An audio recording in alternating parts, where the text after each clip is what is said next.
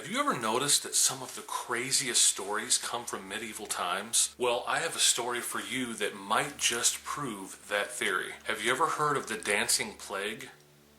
I sure hadn't. Now, some people alive during that time referred to this strange phenomenon as Saint Vitus's dance, or even choreomania. Now, this phenomenon was so odd, I personally had to check several sources before I could fully believe it.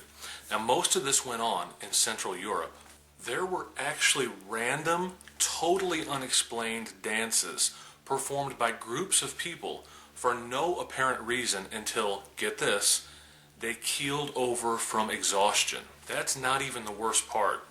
Some people actually passed away during these events. No matter how hard it is to believe something so inexplicable, it was reported again and again and again from people that saw it happen right in front of their faces. Which, not surprisingly, this was something that the police of that era grew increasingly worried about because, of course, this is something that posed immediate danger to those involved. Again, that's not the craziest part. Are you ready? It seemed to be contagious. In the 1300s, there was an enormous outbreak of this impromptu dancing in Germany, Belgium, the Netherlands, and Italy. Are you kidding me? But it didn't end there. Not by a long shot. Fast forward about 100 years. In Strasbourg, France, there lived a woman in the 1500s by the name of Frau Trophea, who erupted into this unexplained dancing that we mentioned before. So several days later, yes, you heard that right, days. It went on for days. 30 plus people joined in with her dancing. Okay, now fast forward a month.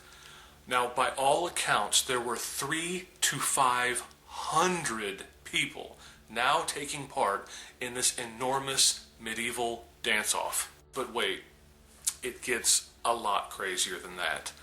A lot of people died of heart attacks when that happened. They literally danced themselves to death. Their bodies just could not handle it. Back in those days, the medical community was not advanced anywhere near what it is today. So of course people just had to guess as to what that was all about. Now, some people said muscle spasms, muscle inflammation, skin infection, but there was no conclusive evidence to back these guesses because that's all they were, just guesses. Now, since this was from the medieval times, you had to know this was coming, right? A lot of people started to think it was a curse and the handiwork of Saint Vitus. Hence the name Saint Vitus's dance. Many sources say he was a Christian saint originating from Italy. So what did they do? They prayed, they traveled, they visited locations that were dedicated to him. And what happened next, in their minds, gave credence to their original theory. Some of the victims did recover, and so it was believed that it did come from him, they prayed, and he released his curse. Most sources you read will tell you that around 400 people actually died from this dancing plague, which of course makes you wonder, what did cause it? Some think it was simply mass hysteria, brought on by, essentially, a stress-induced freak-out session, because there was a horrible year of disease, famine, and hardship. Now, I don't know about you guys. I mean, everybody's different. I've had some pretty hard times in my life, but I never really felt the urge to, dance myself to death. That's just me. But there was another theory. A lot of people in that day and age were known to eat flour that had a fungus called ergot. Now, some studies have shown that a certain hallucinogenic drug can be made from ergot. Guess which one? LSD. Now, whatever caused this dancing plague, obviously it's one of the craziest things I've ever heard. And if it's remained a mystery for 500-something years, there's really something to it. So I hope you guys enjoyed that. Let's get on to the next crazy story.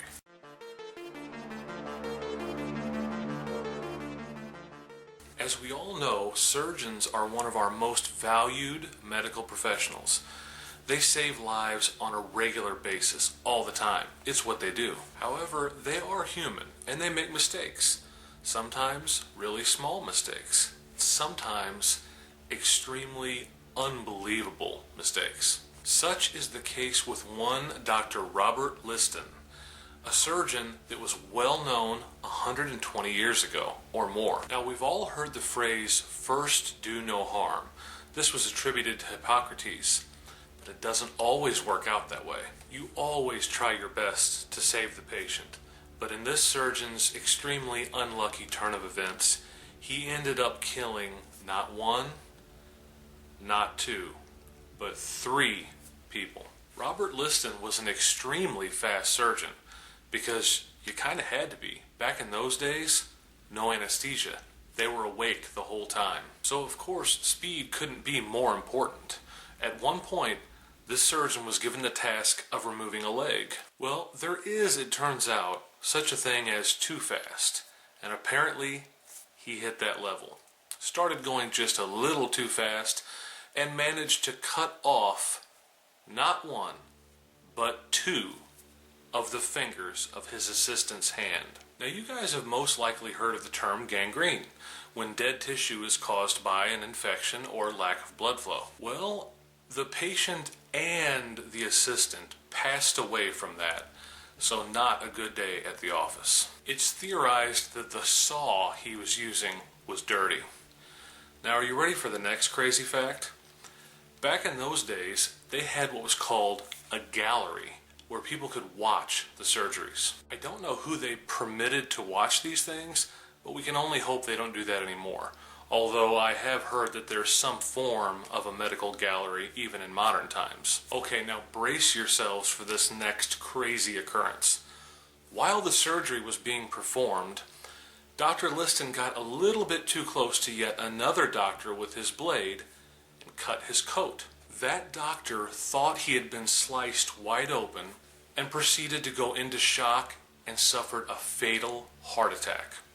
I'm being totally serious. It's hard to believe that 3 people could have passed away during a surgery that was supposed to save 1 life, but it's the truth. Now, I'm extremely happy to say that anytime I've sought medical attention, the scenario was nothing like that. Now, let's jump right into the next crazy story, shall we?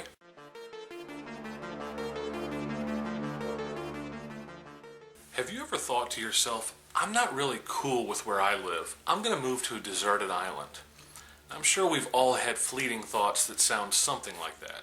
Now, one man took that much, much further.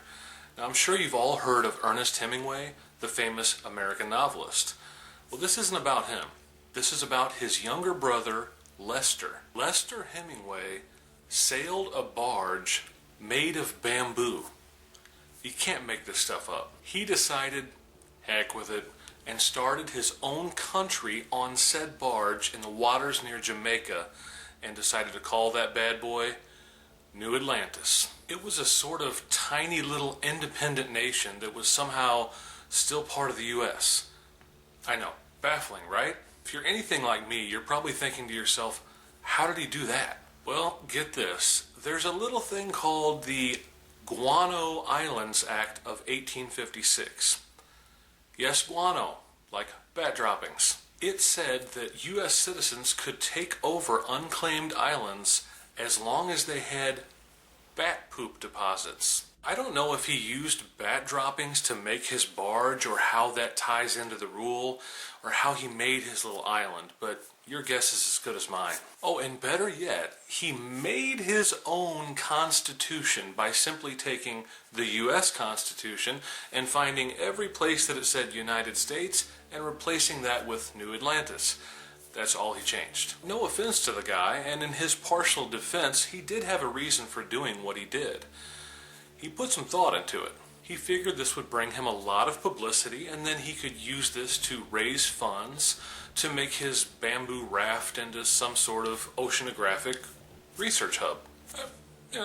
Weird flex, but okay. Now, this plan never came to fruition because, unfortunately, a storm destroyed his floating island in 1966, just a couple years after it was created. Just got this mental image of Tom yelling at that ball in Castaway.